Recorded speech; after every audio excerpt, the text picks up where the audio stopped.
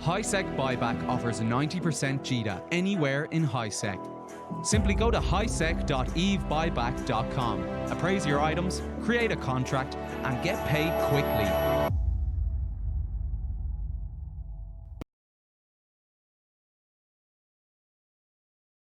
And you're live.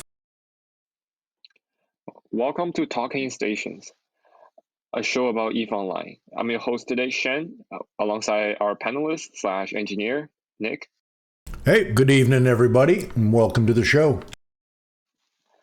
Well, today we have one battle report to look at. It's like a part 2 of what we talked about yesterday, and we're going to look at the event that's going to start tomorrow, the Christmas and Harvest event that will be live during the Christmas time. And at the end, we're going to look at a few things on the market. For example, the PLEX, large-scale injectors. There's some things going on there. And I think we'll end off with some player news that some players are looking at organizing event by themselves with the theme Halloween. So we're going to start with the battle reports. So I think we can just pull up the one that we saw yesterday. So yesterday it was over at Astrahus in Esoteria. So that was the timer that came out. This is the armor timer, and is basically PIBC, that's Evictus plus AOM plus Vindictive on one side with some friends. So in this time, RC, that's Wrecking Crew, came to help. That's what you see on the left-hand side. That's the Rouge Consortium, Purple Helmeted Warriors, Weapon of Mass Production, etc. On the left side. On the other side is the defending side. That's mainly Stain Wagons, or the Stain Coalition. That consists of the Ferrata Victrix, Fast Kick, Good Stacks, and Afterlife, etc. And Fraternity. So Winter Coal actually have a Fortizar that's anchored in Stain that they come regularly to help out those Stain people. So from the battle report, we can see capitals are being committed this time. So on one side is a carrier fleet, on the other side is a dread-out fleet. So the outcome of the day, well, the military objective was not completed. The Astrahus got repaired, and I think we lost the IS score as well, yeah. So it started off with a very good fight, actually, with subcapitals. We were waiting for the Astrahus to come out of the timer, and we basically called them off the gate. So Fraternity was there with, I think it was a Drake Navy issue fleet, and Stain Wagons were there with Typhoon fleet. And for us, we brought our Tengu, so that's the AB Tengu with AB Serps, with Logis, that's Basilisk, and some Minokawas, I think, for caps.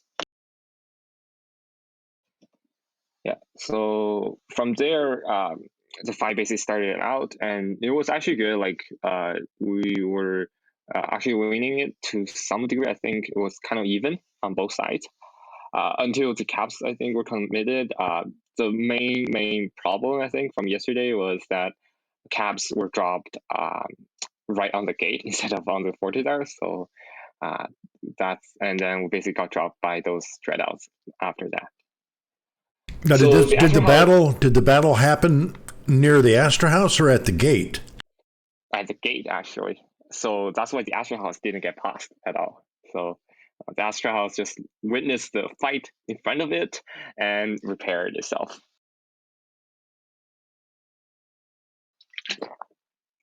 So this is part 1. So right after that, we did the initial reinforcement again on that same Astrahus, and then it comes to today. So that's a battle report we have for today. And today is the armor timer again for the second time. But this time is a bit different. So today we have, on the left side, it is Fire, that's Legions of Death, Unreal Alliance, and Celestial Empire, them, and plus Fraternity, that's Winter Coal, and the Stain Wagons. So it's actually 3 coalitions together against PIBC plus RC, and I think Red Alliance as well. So that's also 3 coalitions on both sides. But the thing is, we were outnumbered, if I remember correctly. So it was basically more numbers, and we were fighting essentially a 3-1 or 4-1 ish. So the ISK war loss was not as pretty as what it seems. Even though on the battle report, I don't know why it is 236. I think some people just arrived on grid but didn't get any kills or didn't get on kill mails. I think at least 1 or 2 coalition fleets that didn't get on it. But the Astrahus was repaired, and yeah, we just this time there's no reinforcement afterwards. I see the Bastion had some folks show up. So is Imperium showing any interest in this particular battle area, or was that just some folks out having a good time? I think just folks out have some good time. So the Bastion, for people who don't know, they have a working relationship with them and the Stain people. So back in the days during the big war, they were deployed to Stain to basically harass Test in his homeland. So at the time, Test were in control of Paragon Soul and Esoteria, and their job was to basically cause like back home for Test. And so from there, they kind of know each other, and they basically have a deal, like working together-ish. Yeah, so Imperium didn't come with just the Bastion. I think they're just coming to help their friends and have some fun as well.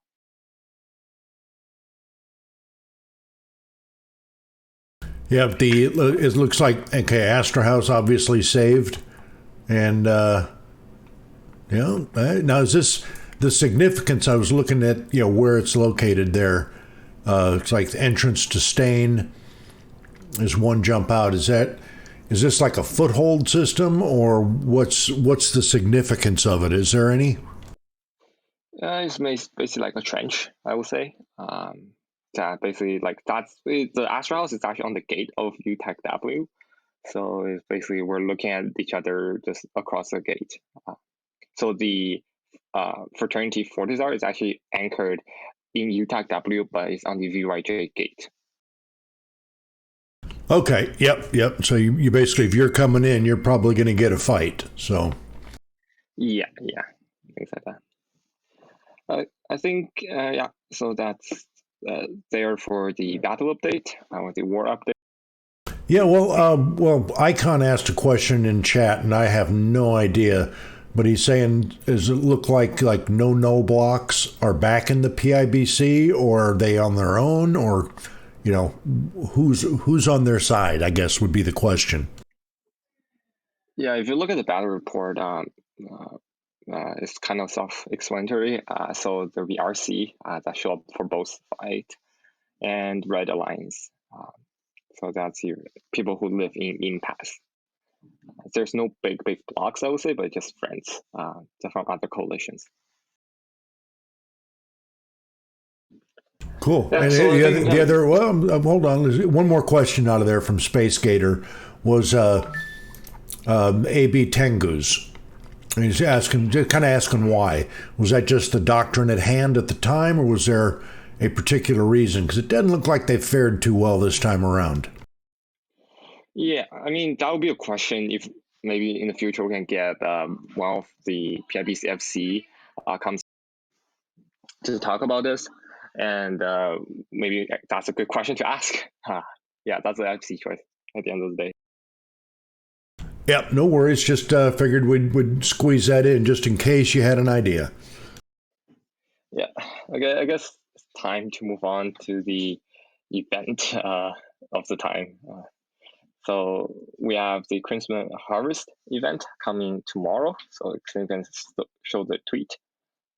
Yeah, so if people remember, every year, well, it was stopped in 2019, but every year there's a skin that, or 2 skins from last year that CCP gave out. Last year it was the Raven and the Typhoon Deathglow Remnant. What is it? Remnant skin, I think that's the name of it. And this time we're seeing the Armageddon getting that skin as well. So if CCP continues the tradition from last year, then there should be one more skin to addition to the Armageddon one. Well, I didn't read through that, but I'm assuming, as they've done in the past, there's going to be daily rewards and those fireworks that come out. And those are all pretty cool. I mean, they're definitely Halloween themed explosions on the fireworks. So those are always fun too. Yeah.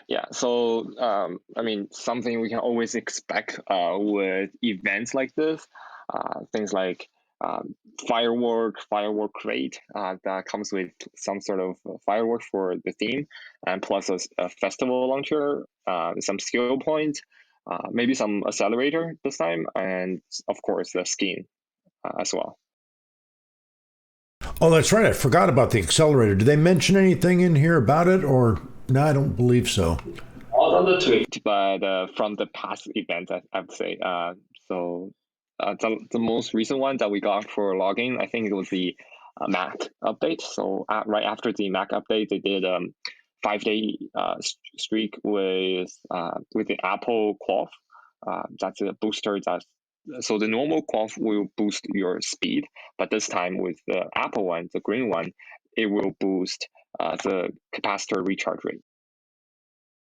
I do like the fact that on their tweet they've got the ship skin changing for you to show you what's coming. That's cool. Yeah, I mean, one of my favorite thing is looking at those ships, right? Like, it's actually kind of cool if you have like 3 or 4 skins for one of the ships, just getting them from logins or buying them from markets, just switch them constantly on a ship with the right timing. It actually looks really, really cool. Yeah, so with this event, so that's the part, I guess that's the free part about the event. There are also other parts about it. So if you look at the 2020 version of this event, that's actually, so there are combat sets from last year. Well, that's from last year's event. So what we're going to talk about from now till the next segment will be a review of last year. So there's nothing that we know of. This comes out tomorrow after downtime. So nothing we're talking about right now is actually about this year's event. We're going to talk about a review. So with that out of the way, let's look at some past histories. Yeah, so with that, we have from last year's event. Yeah, so there are 2 versions of the event from last year. One is the Christmas got lit, and it's a shining flame base. So the Christmas harvest event is based around the theme of Blood Raider. So for people who don't know the lore, I guess a bit of lore behind Blood Raider is that Blood Raider, if you look at their ship is covered in blood with the same model from the Mars ships. And the lore behind it is basically the Blood Raider terrorists kidnap people from, I guess, the Amar Empire and to drain their blood and paint them on the ship. Right? If you look at something like a Moloch, that's like 14 kilometers long. Like, just imagine how much blood that they would need to paint that ship. And I think now CCP is giving us a chance really to bust those facilities and to basically rescue the people. Or at least I think that's a kind of thing that we're going at from last year. So I mean, from this event, I guess from last year, one thing you can really expect is a lot of frigates and cruiser-sized rats. That's from last year, and with them doing all kinds of war, and especially with Blood Raider ships, it's important to keep your cap alive. That's always the theme going on with Blood Raiders. Yeah, so not only CCP is interested in Halloween, but also players. So here we have a player-run event that's called Eden Trades Halloween Treat. So there will be a 45 billion treat and some PvP brawl as well. So first of all, this is on the ETH forum. So I guess you can paste the link in the Twitch chat so people can get to it. And so basically what this does is you have to dock up in a station in Stackmon. It's actually NBC, and it's actually a player-run structure. It's called I Choose You Secondary Market Citadel. And from there, you will basically be putting, as far as I understand, you will be putting into a lucky draw, and there's a chance to win some prizes. Yeah. So basically, if you want more details, you can go to that forum. And some of the more noticeable treats or the prizes will be a lot of scope syndication skins.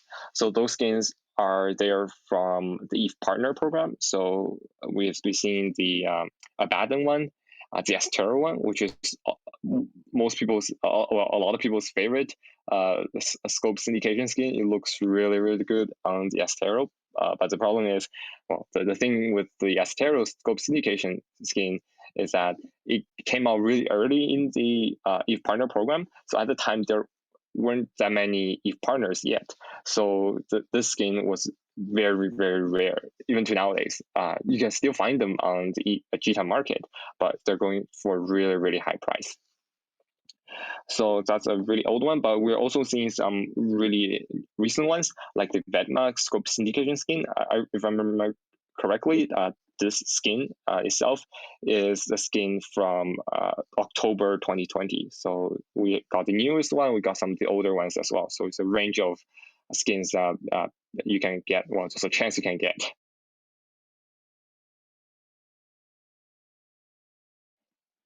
Yeah, so other than that, there will be other ships and plexes and things as well. So it is kind of interesting to note that they're doing it in Stackmon, and which is in Placid. And we pulled that up just for the heck of it, because where it sits, everybody goes, "Oh, it looks like a low-sec island or a high-sec island in low-sec," because it's not a whole way out. Pretty much you got to come in through VYJ-DA if you're coming in from HiSec, unless you want to run the gauntlet in low-sec, which, hey, get some buddies and do it. But you can come in through the VYJ-DA area and then, snake your way through the south, depending on where you're coming from, and you can make it in safely. Getting out, different story, but hey, that's half the fun. Yeah, the fun is always that traveling part, right? Yeah. So now remember, if you do win one of those skins, you might want to apply it before you try and put it in your cargo hold and fly out. Watch out for those smart bomb battleships. They can be pretty deadly. Yeah, Sudakon mentions that those low-sec gates are heavily camped. Absolutely. That's, Stackmon's historically been that way, and I imagine with events going on, it might be even a little more so. Yeah, I mean, I think they will get the news as well, and they will especially watch out for those gates at or around the time that this player run event is going to happen.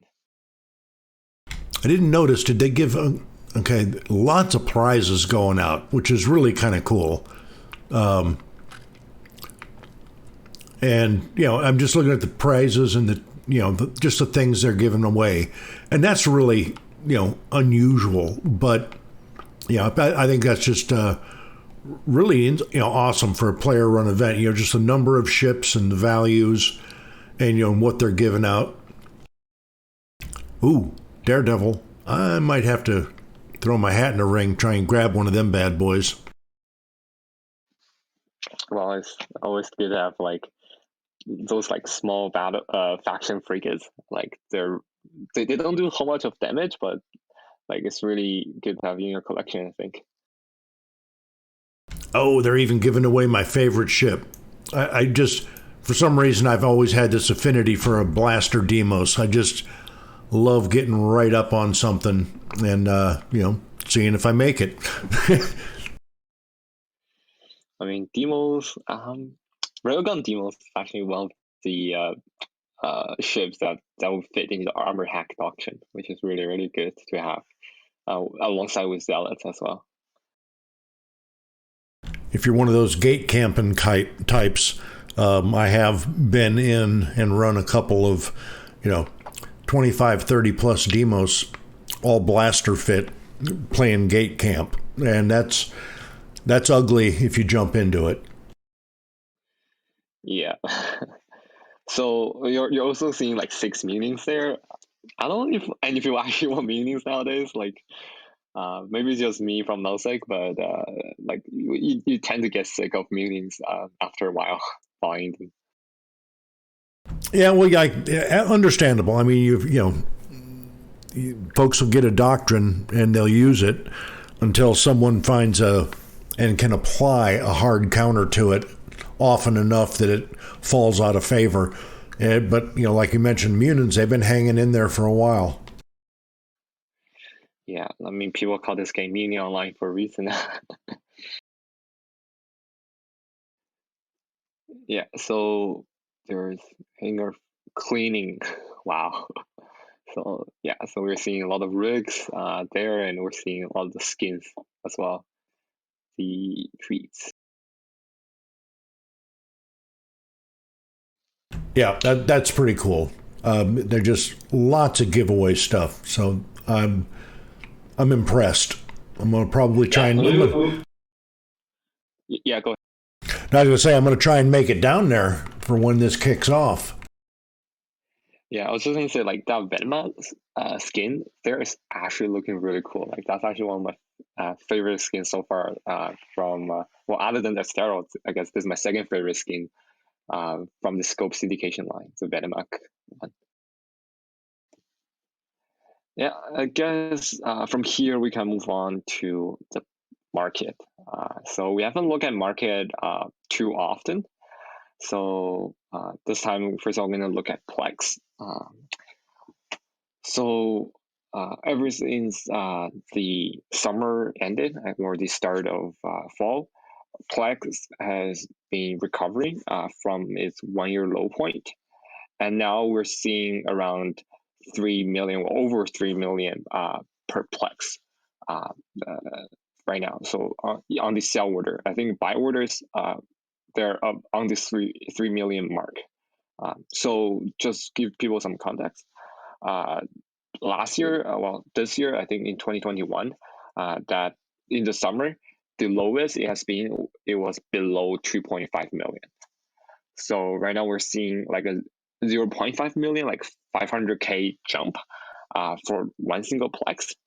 That may not seem a lot, but you have to remember that this PLEX as an item is traded with huge amount of volume, right? So for example, people need 500 PLEX to pay like a month's worth of subscription, which means that the price difference between 2.5 million per piece and 3 million per piece can be a lot, right? So Yeah. it's 2.5 million per piece, and you have 500 of them. That's about 1.25 billion for a month of game time. But now you only have 3 million per item, and now you have you still need 500 of them. That means it's 1.5 billion. So there's like a 250 million difference in just 1 month of subscription. Yeah, and I guess it was kind of at from the graph we're currently looking at, April was when it was down at 2.2 million per, and you just slide across. It was kind of steady, but then it has risen steadily to where now we're, buy is over 3 and buy is 2.8, almost 2.9, and sell at 3. So, yep, that's going to be a little pricier for folks to, get them all together to pay for a month. Yeah, and with PLEX, I mean, there can be, I guess, a lot of reasons for it, but some of the reasons I can think about is summer is generally the time, well, at least for this year, is special because the big war ended in summer, right? right, at the beginning of August. So maybe people who were tired or bored of the war before, they're coming back, right? So I guess a lot of Imperium players, when they see like industrial players, for example, they didn't have a place to their industry, or they just didn't have a chance to really make anything outside that one constellation, right? Now they're coming back with the full potential, with their their land recovered, right? There'll be more player come back to subscribe, and more player out there to rat. They naturally just want to pay their game time by just their effort in the game, instead of getting them like in real life.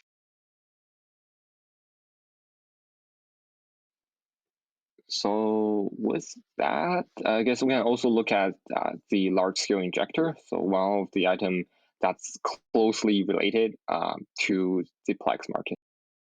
Oh, let me see if I can find that real quick. Yeah. Just go ahead. What's that? I just paste that link in the channel. So generally, like, I'll explain why PLEX has such a close relationship between itself and the large scale injector. Large scale injector is an item that you can, the skill extractor actually is an item that you can get in the New Eden store. And the way you get that is from getting PLEX. So you have to get PLEX first, and then use PLEX to buy skill extractor. And if hypothetically the price for each skill point is the same, then what only matters is the price of skill extractor. So, and the skill extractor should have a ratio between itself and the PLEX. So therefore, it should have a really close correlation between PLEX. If PLEX goes up, then skill extractor, large scale injector generally goes up. PLEX goes down, those things goes down as well.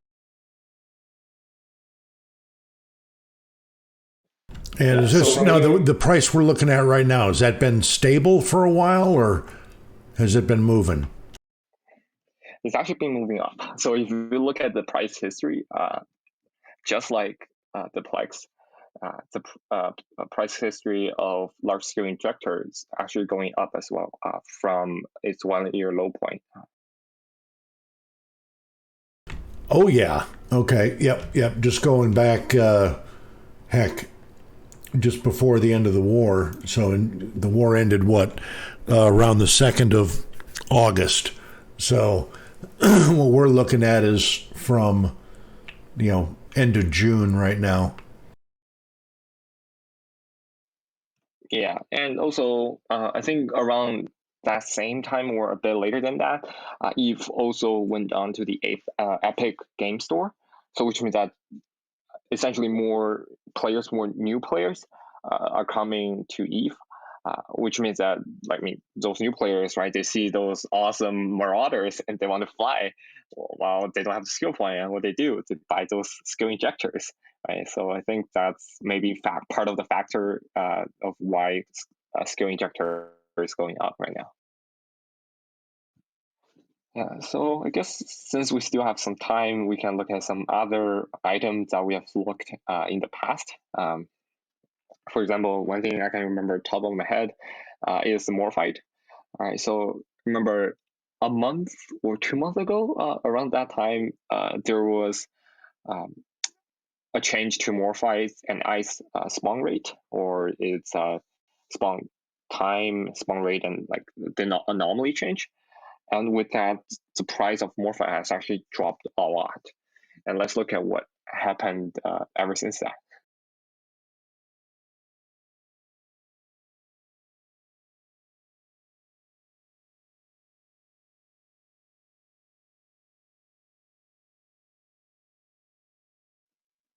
Wow, this is actually a good website. Wow. Oh yeah, Celestis is one of my favorites because I can, I can look here, catch the trend on the Morphite drop right here, and and it's a good history lesson. Plus, if I want to know what to mine, you can pop over to the ore or ice, see where it's available, its compressed price, refined values. The same for ice, same for moon ores. It's just convenient. If you don't have this bookmarked, you're wrong. Okay, I'll stick it. Yeah, I'll stick it in the chat for you. That'll be very helpful. Yeah. So with some Morphite, right, we can see that dip between September and October. So that's the dip I believe is caused by the change. So when Morphite is more available, of course, the price goes down. But ever since that, the price actually is going back up. It's back to higher than at least to the low point there. So I think that low point we dropped to around 60,000, 60K ish. Yeah, about 60K ish low is like from there, and then right now we are rising back up to like 72K ish. So just give people some context. Last year around this time, Morphi is like it's about 10K ish, and now we're still seeing like 72K per unit. Is still very high at least from a historical perspective, but maybe with Q4 coming, who knows? The price of Morphi can easily go down to back to where it was, or a bit higher than that. What do you think, Nick? Yeah, I'm just looking at it for the folks that are T2 producers of any kind of T2. You got to have your Morphite. So, you should see a correlation with T2, particularly modules, with the Morphite price fluctuations. Yeah, so Morphite is the T2 mineral, right? That's required basically every single T2 production I can think about, right? That's ranging from ammos to ships to modules to even fighters as well, to drones to fighters. So everything requires, that T2 requires Morphite, but it requires different amount of Morphite. So therefore, when Morphite changes its price, it's going to have different effect on different things on the market.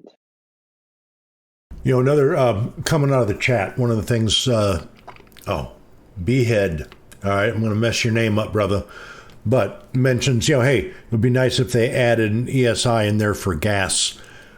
I like it. That would be most helpful.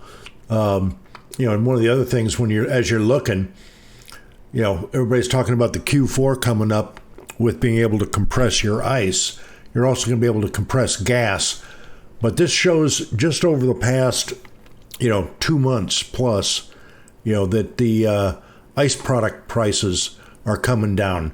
I mean, if you look at oxyisotopes have dropped huge, as most of the isotopes have. Mostly the oxygen and hydrogen ones seem to have taken the biggest nosedive. But they've all stabled out fairly well over the last, probably 2-3 weeks. Yeah. I mean, those isotopes, so they are being mined from ice. So when you refine ice, you get those isotopes alongside with other products like heavy water, liquid ozone, strontium, and isotopes. Yeah, I think that's the 4 that you get from mining ice. Oh yeah, and from there, like there is the same change that affected Morphite that also affected hugely on ice. That basically made the price drop by a decent amount of margin. And now it's actually a good thing if you are a cap pilot, right? When you're moving around using those isotopes, it's much cheaper for you than before. Yeah. So we might see. Well, folks will be able to fill up their bay a little easier. That's for sure. Yeah, exactly. I think let's look at one more thing that I think we haven't looked at recently. I guess 2 more things. Well, we're going to start off with the faction ships market, right? Last time we checked it was, I think, a few weeks ago, and let's see what has changed in the faction ship market. All right, give me a minute to get my act together here. So ramble on, so everybody thinks we know what we're doing. All right. Yeah. So with faction ships, ever since the industrial change happened in April, May, those ships are rare. Well, they're not rare, but they're hard to produce now. So what you're seeing, the price on the market is actually cheaper compared to the production price, or the price that's going to cost the producers or the industrialists to put them together. Or one simple reason, first of all, the BBC price has gone down. The required mineral has actually went down as well, and the required actual components are actually not that expensive. But what is really expensive is the faction material that we have, that's being required in those faction battleships. Let's say, for example, so those so for a normal faction, like a Navy faction ship, they require one type of faction component. But for the pirate one, since it's a mixed faction, for example, the Rattlesnake is mixed between Galente and Calderi, it requires the faction item or the faction component from both of the faction, which makes the price really, really expensive to produce. Oh, there's some brutal prices there when you sort it both ways. I was looking at the Rattlesnake in particular here, but yeah, they're running right around a bill. One of the things right before I popped that, I happened to hit the Dami Navy issue. It's gone up, but not horribly. From when I was building and selling them and flying them, so they're not horrible out of whack. The Snake is way up. Okay, yeah, just let's take a minute talking about Dominic's Navy issue, right? The bonuses on the Dominic's Navy issue is kind of meh, I would say, right? Like, he has bonuses to both large hybrid turret and drones. So the normal Dominic's only has it has two bonuses to drones. So right now you're kind of split for the Dominic's Navy issue, right? You're kind of, if you don't use large hybrid turrets on it, then it's kind of somewhat of a waste to that bonus, right? Because since you're losing the trapping bonus from the normal Dominic's for that hybrid turret bonus. Yeah, but it's just a hell of a lot. It's just a hell of a lot of fun to fly. Yeah. Now, granted, most of the ones I see, are folks running level 4 missions. Are the majority of the time, that I'll see them, and there's a lot of those are rail and sentry setup, and they'll pop into a level 4, hit a micro jump drive, get 100 out, throw out the sentries, throw in the big spike ammo, and just start smacking stuff. So that's a technique, and it works pretty well. Yeah. So I guess the Dominic's Navy issue is really good at like drones and the combo, I guess, between the two. So with that, we can also look. So when you're looking at the, I guess Dominic's Navy issue, I guess one last thing I will mention is potentially it's going to be a good thing for the event that's coming out tomorrow, the Crimson Harvest event. It's a jumbo at the end of the day, and it has bonus to larger turrets. Maybe let's say you can fit a couple of heavy webs on its mid and grab those poor little cruisers or battle cruisers and just blast them to pieces with your large hybrid turrets blasters.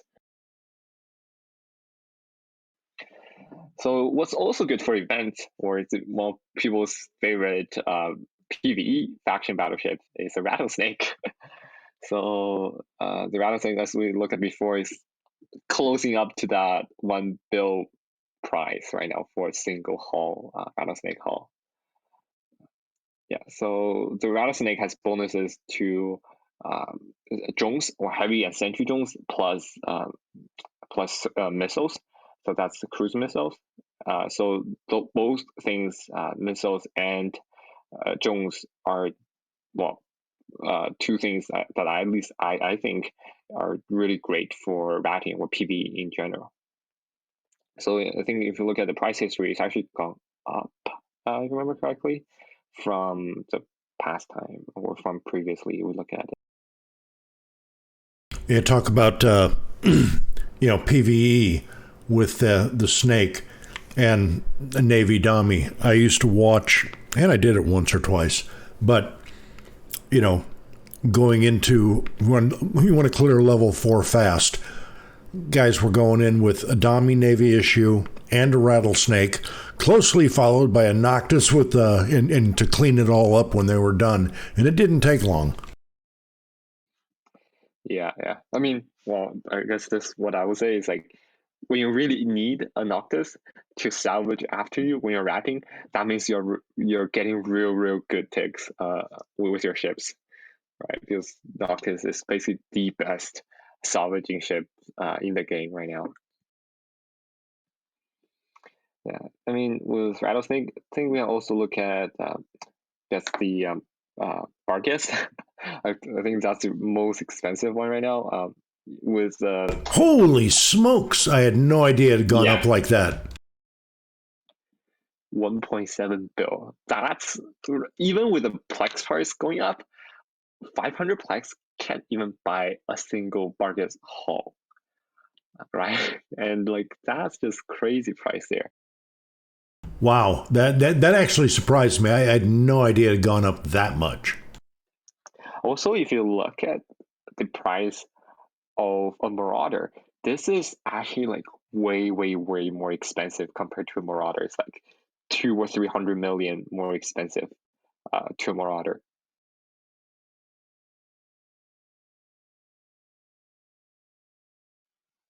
Oh yeah, you're right. Wow, Paladin's not. I expected a Paladin to be a little more,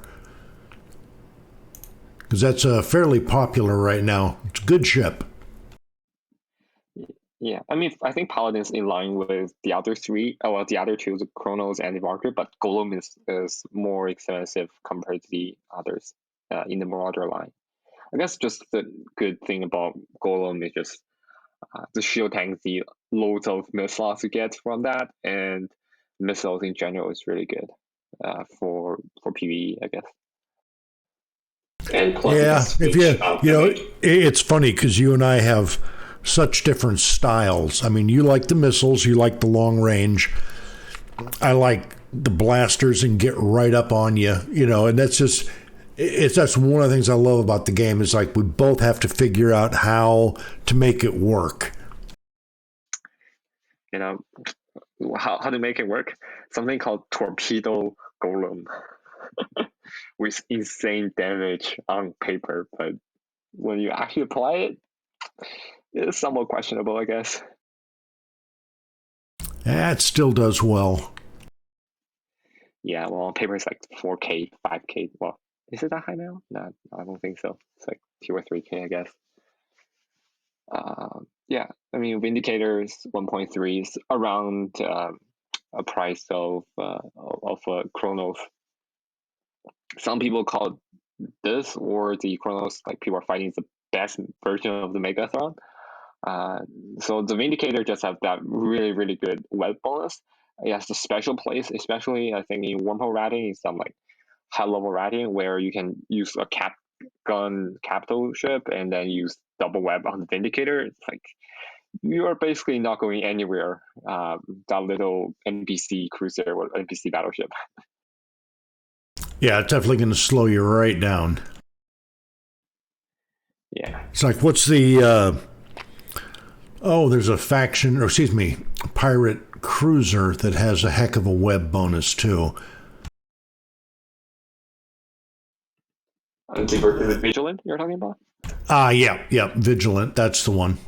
Thank you. Yeah, that's a small brother. That's a little brother of Vindicator, yeah. So I guess we can also move on to the Thunderchild. It's actually one interesting thing as well. Thunderchild in the Navy faction, yeah. So this is the Edencom battleship. So it's actually considered a faction battleship as well. But the special thing about the Thunderchild is that it doesn't require any special like faction material to make the ship, right? For any of the other one, except for the what's it called, the Triglavian one, the Leshak and the Thunderchild, any other faction battleship requires those kind of special faction materials to make. So those things, if you're looking at the down the bottom, those are actually salvage material. They're not the faction components that you need to build from blueprints.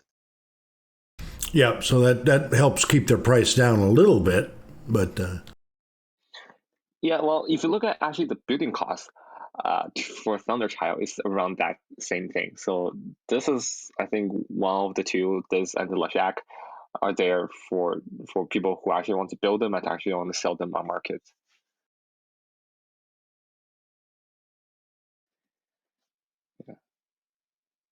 Yeah. From there. Sudicon, thank you. Yeah. I was late telling them thanks. Yep. Yeah. Also, if you look at the Lashak, so I guess it's second last thing I will mention is the Lashak. There's a press cure battleships right below the pirate one. Yep, right there. So that one's the price of a Lashak is about like 800-ish. The building cost for them is very similar for between Lashak and Thunderchild.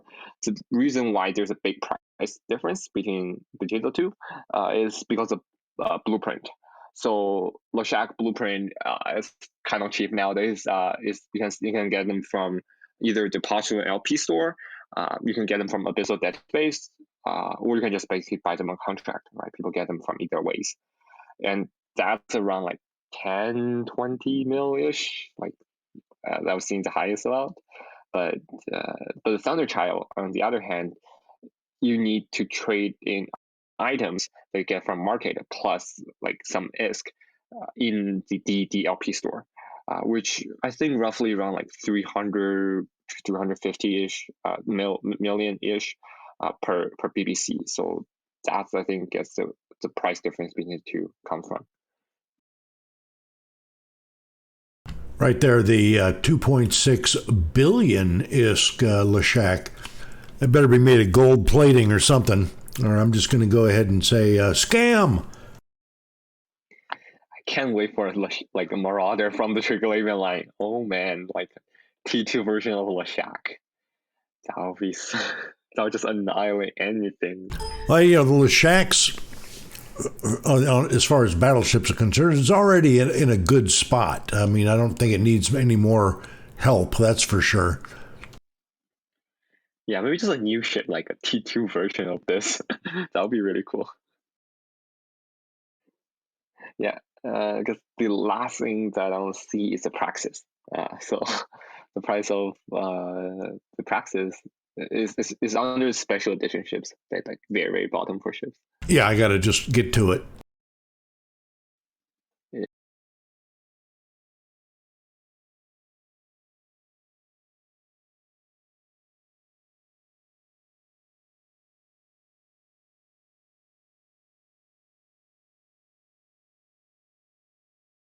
Oh, they're dirt cheap. Yeah. So in null, yeah. Yeah, even in HiSec, you're still looking under 200 mil, well under.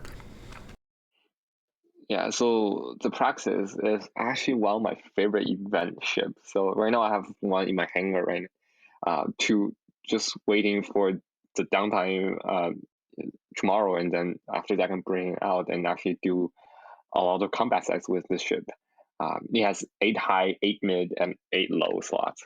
So it's extremely, extremely good for things like event running, where you can put up loads of damage mods in the mid, into lows, and then you can put a lot of application modules in the mids, where you can go either armor tank or shield tank. And it has that really good bonuses for all kinds of weapon systems. So if you want, you can fit projectile, you can fit missiles, you can fit drones, and it has good resist as well. So it's overall a really, really good ship, and it's really cheap. So I would recommend people, if you're just getting the like 2 or 3 months old, looking at this event, saying this is a cool event I want to get to. I want to beat up those Blood Raiders. Maybe get one of the Praxis and actually fit it up with, let's say, cruise missiles or rapid lights with some heavy or light drones. Give it a try. Is Oh, Truly yeah. a good option for you. Yeah, they're, like you said, they're inexpensive. The fitting versatility is really widespread, and they have fair to good bonuses kind of across the board, no matter what you want to fit on it. Yeah, the only thing I would say that's somewhat not good with PLEX is CPU. Usually people fit a co-processor in a low slot, but other than that, it's generally a really good chip.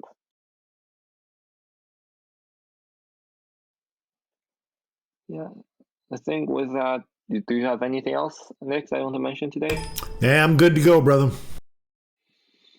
I guess that's it. So today is Wednesday, October 27th. This is your show for today from EVE Online. Thanks for hanging out with us.